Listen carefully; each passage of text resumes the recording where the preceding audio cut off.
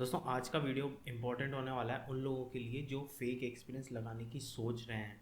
तो अगर आप भी फेक एक्सपीरियंस लगाने की सोच रहे हैं या फिर लगा रहे हैं तो आप इस वीडियो को पूरा एंड तक देखना, आपको बहुत कुछ सीखने को मिलेगा। और इस वीडियो से आपकी अंडरस्टैंडिंग बढ़ेगी, आपकी क्लैरिटी बढ़ेगी, आपकी डिसीजन मेकिंग अच्छी होगी कि बेसिकली आपको करना क्या है। तो इस वीडियो में मैं क्या है ना, एक रियल इंसिडेंट बताऊंगा बेंगलोर का। जिस टाइम पे मैं बेंगलोर में था तो मैंने अपना शुरू का करियर लगभग 3-4 साल मैंने बेंगलोर में निकाले। तो मुझे काफ़ी इंसिडेंट पता लगे वहाँ पे, और उन्हीं में से एक इंसिडेंट मैं आपको बताऊंगा। बेंगलोर में काफ़ी सारे इंस्टीट्यूट हैं, जावा के, टेस्टिंग के और एडवांस जावा के।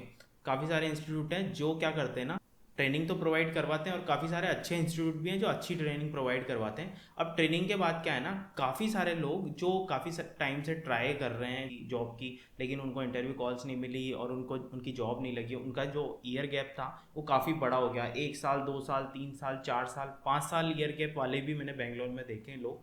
तो ये एक रियल इंसिडेंट है अमित नाम के लड़के का। उस बंदे ने क्या किया ना, उसके 3 साल का ईयर गैप था, तो उसको समझ में नहीं आया क्या करें। तो पहले तो उसने क्या है ना, अपना जो होम टाउन में गवर्नमेंट जॉब की प्रिपरेशन और इनमें काफ़ी टाइम ख़राब किया।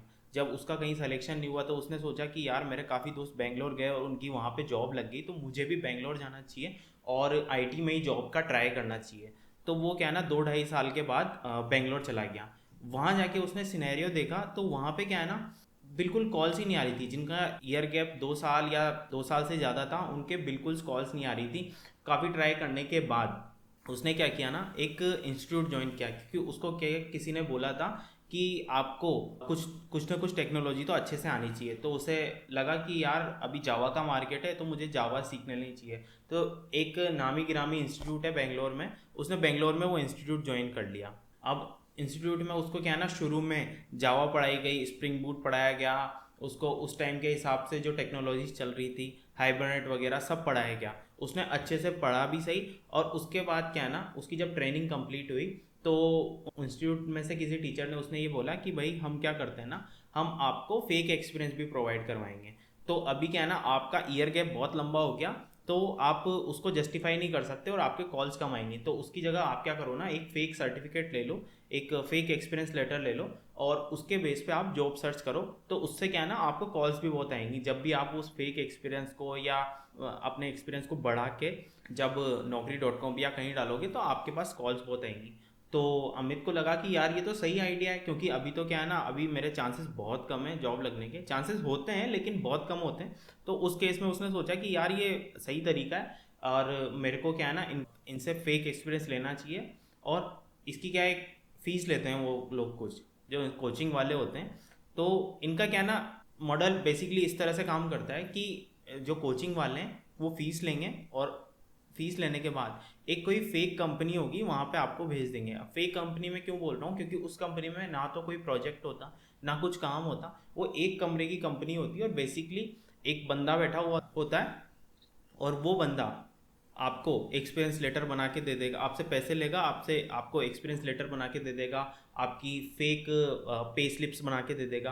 क्योंकि क्या होता है ना, जब भी आप कोई नई कंपनी ज्वाइन करते हो, फॉर एग्जांपल आपने, कई लोगों ने स्विच मारा होगा तो आपको पता होगा कि नई कंपनी ज्वाइन करने के बाद एक्सपीरियंस लेटर मांगा जाता है बैकग्राउंड वेरिफिकेशन के लिए, 3 महीने की पे स्लिप मांगी जाती है। तो ये सारी चीज़ें जो बैकग्राउंड वेरिफिकेशन में काम आती है वो कंपनी आपको प्रोवाइड कर देगी। बेसिकली वो एक कमरे की कंपनी जो है, उसमें जो बंदा बैठा है वो अपने प्रिंटर से वो चीज़ें निकाल के आपको प्रोवाइड करवा देगा। उनके पास फेक सील्स होती हैं, वो लगा के दे देंगे। मैं पर्सनली ऐसी एक जगह गया हुआ हूँ, तो मुझे मुझे पता है कि यहाँ पे क्या होता है। उन कंपनी में कोई काम नहीं होता है, कोई प्रोजेक्ट नहीं चलता है। सिर्फ एक कमरे की दुकान की तरह कंपनी होती है और आपको ये सारी चीज़ें दे दी जाती है, और सिर्फ इन चीज़ों को देने के लिए आपसे 10-10 हज़ार रुपये तक वसूल कर लिए जाते हैं। अब इनमें क्या है ना, ये कोचिंग्स की भी मिली भगत होती है कि कुछ शेयर तो जो है कोचिंग वालों का होता है, कुछ शेयर उस कंपनी का होता है, या हो सकता है वो कंपनी कोचिंग वालों के द्वारा ही ऑपरेट की जा रही हो। और बेंगलोर में ऐसी बहुत सारी कंपनीज हैं, काफ़ी सारे कोचिंग ये चीज़ें करते हैं, तो काफ़ी सारी कंपनीज हैं।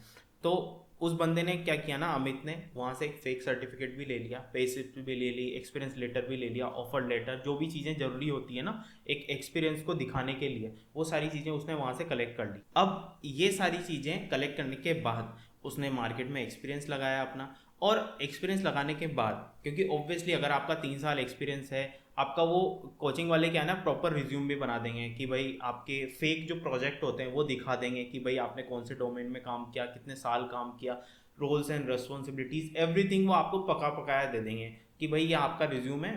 उनकी प्रॉपर एक क्लास होती है जिसमें सारे बच्चे बैठते हैं और सारे बच्चों को एक साथ वो एक जैसा रिज्यूम बना के दे देते हैं। थोड़ा बहुत हेर फेर करने को बोल देते हैं प्रोजेक्ट्स में, डिस्क्रिप्शन में और इन सब में, और एट दी एंड आपको ये बोला जाता है कि आप ये रिज्यूमे यूज़ करो, नौकरी पे अपलोड करो और उसके बाद आपको कॉल्स आएंगी।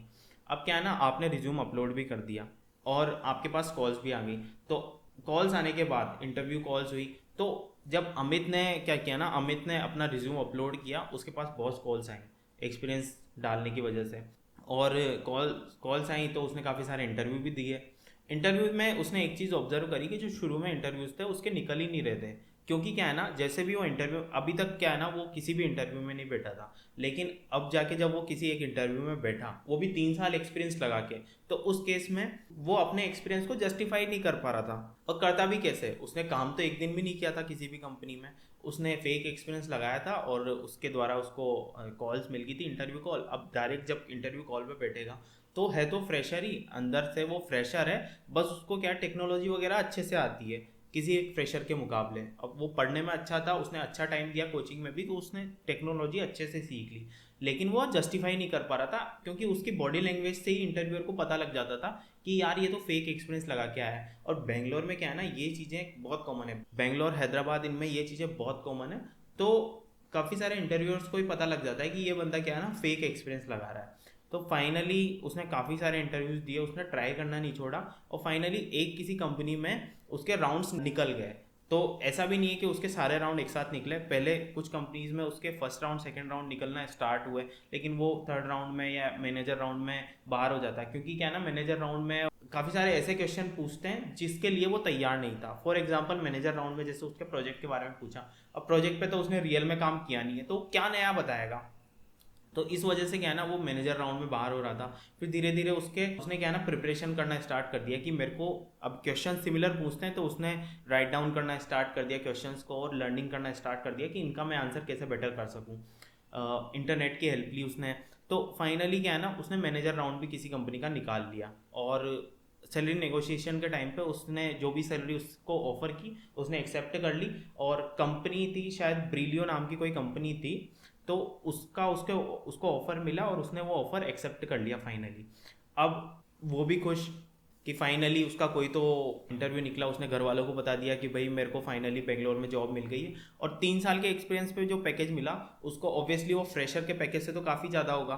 तो घर वाले भी खुश कि बेंगलोर में 3 साल के बाद उसको एक अच्छी जॉब मिल गई है और उसका अच्छा खासा पैकेज लग गया है, 7-8 लाख का पैकेज कुछ लगा था उसका। अब प्रॉब्लम क्या हो रही थी यहाँ पे, शुरू में तो वो काफ़ी एक्साइटेड था, उसने कंपनी ज्वाइन करी, और लेकिन कुछ महीनों के बाद, 1-2 महीने के बाद उसका एक्साइटमेंट पूरा डाउन हो गया। वो कैसे हुआ मैं ये बताता हूँ। जब उसने कंपनी ज्वाइन करी ना, तो उसको ऑब्वियसली डायरेक्ट किसी प्रोजेक्ट में डाल दिया गया। अब प्रोजेक्ट में डाल दिया गया और उसको तो एक्सपीरियंस बिल्कुल नहीं था, तो उसको समझ में ही नहीं आया कि मैं करूँ क्या। धीरे धीरे उसको क्या ना समझ में आने लगा कि कोचिंग में पढ़ने में और एक रियल कंपनी में काम करने में बहुत ज़्यादा डिफरेंस होता है। कोचिंग में तो क्या है ना, आपको लिमिटेड नॉलेज मिलती है, लेकिन जो मतलब आपको रियल वर्किंग प्रोजेक्ट की जो नॉलेज है ना, वो किसी कंपनी में काम करने पे ही मिल सकती है। इवन आपको कोचिंग वाले ये नहीं बताएंगे कि आपको टाइम शीट कैसे भरनी है, लेकिन अगर आप किसी कंपनी में काम कर रहे हो ना, तो आपको पता रहता है कि ये चीज़ें एग्जिस्ट करती है डेली बेसिस पे जो आपको करनी होती है। मेल चेक करना, टाइम शीट भरना, और काफ़ी सारी ट्रेनिंग्स करना पोर्टल्स पे जो होती हैं, वो सब करना। तो कोचिंग वाले ये चीज़ तो कभी नहीं सिखाएंगे, वो आपको क्या है ना बेसिकली स्प्रिंग बूट जावा और एडवांस जावा और ये सब सिखा देंगे, और इंटरव्यू कैसे निकालना है ये सब सिखा देंगे, लेकिन रियल टाइम प्रोजेक्ट पे काम करना वो लोग कभी नहीं सिखाएंगे। और जब जैसे अमित ने रियल टाइम प्रोजेक्ट अपना देखा, तो उसको समझ में नहीं आया कि क्या करें, क्योंकि जो उसने सीखा था उससे ये चीज़ें काफ़ी अलग थी। उसको सिर्फ ये समझ में आ रहा था कि ये सिर्फ क्लासेस हैं, कंट्रोलर्स लिखे हुए हैं, सर्विसेज लिखी हुई हैं, जैसा कि मेरे को कोचिंग में बताया, लेकिन ये चीज़ें तो काफ़ी अलग है। एक पूरी डोमेन नॉलेज होती है आपका प्रोजेक्ट में, काफ़ी सारे इंटरनल क्लासेस, काफ़ी प्रोजेक्ट क्या है ना बहुत पुराने पुराने होते हैं, तो वो आपस में कॉल कर रहे हैं, कुछ उसको समझ में नहीं आ रहा। फ्लो कैसे प्रोजेक्ट का कोड वॉक थ्रू कैसे करना है, कुछ उसको समझ में नहीं आ रहा। उसको बहुत ज़्यादा दिक्कत हो रही थी। अब उसने क्या है ना अपने कलीग से भी हेल्प लेना शुरू किया, लेकिन कलीग भी क्या है ना, कलीग को भी ये लगेगा कि यार ये बंदा 3 साल एक्सपीरियंस पे आया है, ये मेरे से ज़्यादा पैकेज उठा रहा है। क्योंकि अगर मान लो जैसे कोई फ्रेशर है या 1 साल 1-2 साल एक्सपीरियंस है, उसने किसी कंपनी में काम किया है, तो उसको थोड़ी तो नॉलेज होगी प्रोजेक्ट के बारे में, एज कम्पेयर टू अमित जिसको 3 साल फेक एक्सपीरियंस लगा के आया है और नॉलेज उसको फ्रेशर के बराबर ही है। वो बंदा भी उसकी क्यों हेल्प करेगा, उसे भी लगेगा कि यार ये सीनियर बंदा है, ये मेरे से इतनी छोटी छोटी चीज़ें क्यों पूछ रहा है। किसी भी कंपनी में क्या होता है ना, शुरू में 3 महीने का प्रोविजन पीरियड होता है, तो इस कंपनी में भी शुरू में 3 महीने का प्रोविजन पीरियड था। और जब प्रोविजन पीरियड होता है तो आपका नोटिस पीरियड सिर्फ 1 महीने ही होता है, और इवन अगर आपका परफॉर्मेंस इशू है तो कंपनी आपको सेम डे भी रिलीज कर सकती है, ये कंपनी के पास हक होता है। और ऑफर लेटर में और इन सब में क्या है ना, काफ़ी सारी चीज़ें लिखी रहती है जो आप लोग मिस कर देते होंगे, लेकिन ये एक पॉइंट भी होता है। तो यही पॉइंट क्या है ना अमित के ऑफर लेटर में भी था। और जैसे ही अमित का बैकग्राउंड वेरिफिकेशन हुआ, बैकग्राउंड वेरिफिकेशन के लिए कि ये कंपनियां क्या करती है ना, खुद नहीं करती, एक थर्ड पार्टी को हायर कर लेती है जो एक अच्छे लेवल पे बैकग्राउंड वेरिफिकेशन करती हैं। तो बैकग्राउंड वेरिफिकेशन के टाइम पे इससे जो जो चीज़ें मांगी थी, जैसे 3 मंथ की पे स्लिप हो गई, या एक्सपीरियंस लेटर हो गया, या ऑफर लेटर हो गया इसकी पुरानी कंपनी का, वो सब तो इसने फेक जो डॉक्यूमेंट्स थे वो सब प्रोवाइड करवा दिए। अब इससे क्या है ना, एक और चीज़ मांगी, इससे मांगा 6 मंथ की सैलरी अकाउंट का बैंक स्टेटमेंट, वो ये पता करने के लिए कि इसके अकाउंट में लास्ट 6 महीने से सैलरी आई भी है या नहीं आई है।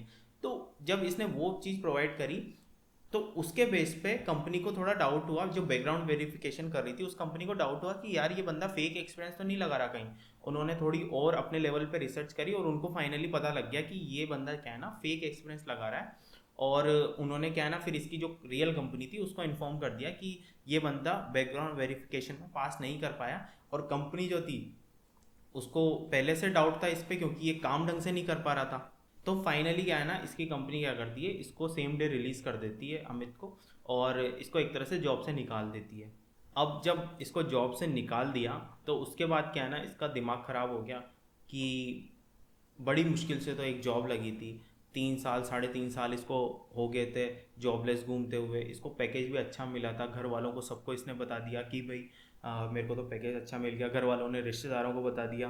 तो इसको क्या है ना थोड़ी शर्म आ गई कि यार अब मैं वापस घर पे जाता हूँ तो मेरे साथ क्या होगा। ये एक तरह से डिप्रेशन में चला गया। दोस्तों ने काफ़ी समझाया और दोस्तों ने इसकी टिकट करवा दी और ये वापस घर पे भी चला गया, क्योंकि क्या है ना इसका फिर दोबारा इंटरव्यू देने का मन ही नहीं हुआ और इसका आईटी में जॉब करने का मन ही नहीं हुआ। तो फाइनली ये बंदा जो है वो अपने होम टाउन वापस चला गया। थोड़ा इसको झटका लगा, थोड़े और मतलब कुछ महीने और इसके ख़राब हुए क्योंकि इसका और कुछ करने का मन नहीं करा, और फाइनली ये अपने घर पे ही क्या है ना एक छोटी मोटी जॉब आज कर रहा है। तो इस इंसिडेंट से ये पता लगता है कि ये जो बंदा था अमित, इसके काफ़ी साल ख़राब हुए जस्ट बिकॉज ये फेक एक्सपीरियंस और इनके जाल में फंस गया। तो अगर आप अभी तक ये वीडियो देख रहे हैं तो आपको ये तो बात पता लग गई होगी कि फेक एक्सपीरियंस लगाने के कितने ज़्यादा नुकसान हैं। फ़ायदे बहुत कम है, नुकसान बहुत ज़्यादा है। तो अगर आप भी फेक एक्सपीरियंस लगाने की सोच रहे हैं ना, मेरी आपको यही सलाह रहेगी कि आप प्लीज़ ऐसा ना करें।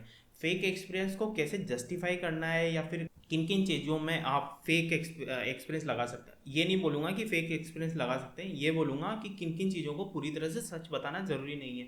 ये मैं अपने चैनल पे आने वाले वीडियोज़ में बताऊँगा। और उसमें काफ़ी सारी आपको ऐसी चीज़ें बताऊँगा कि जो आप क्या है ना पूरी तरह से फेक नहीं, लेकिन हाँ आप उनके बारे में ना बताएं तो आपको बहुत फ़ायदा होगा। फेक एक्सपीरियंस लगाने की रिगार्डिंग आपको और भी काफ़ी सारे वीडियोस इस चैनल पे मिलेंगे कि लगाना चाहिए नहीं लगाना चाहिए, या आप लगा रहे हैं तो किन किन चीज़ों का ध्यान रखना चाहिए, क्योंकि मैं दोनों साइड से बैटिंग करूँगा। लेकिन आपको एट द एंड फ़ायदा ही होगा इस चैनल को सब्सक्राइब करने से। तो इस चैनल को आप सब्सक्राइब कर लेना, और यहाँ तक आपने वीडियो देखा है तो thank you so much for watching this video till the very and. और आपको मैं किसी और नए वीडियोज़ में मिलूँगा ऐसी रियल टाइम स्टोरीज़ के साथ। तो थैंक यू।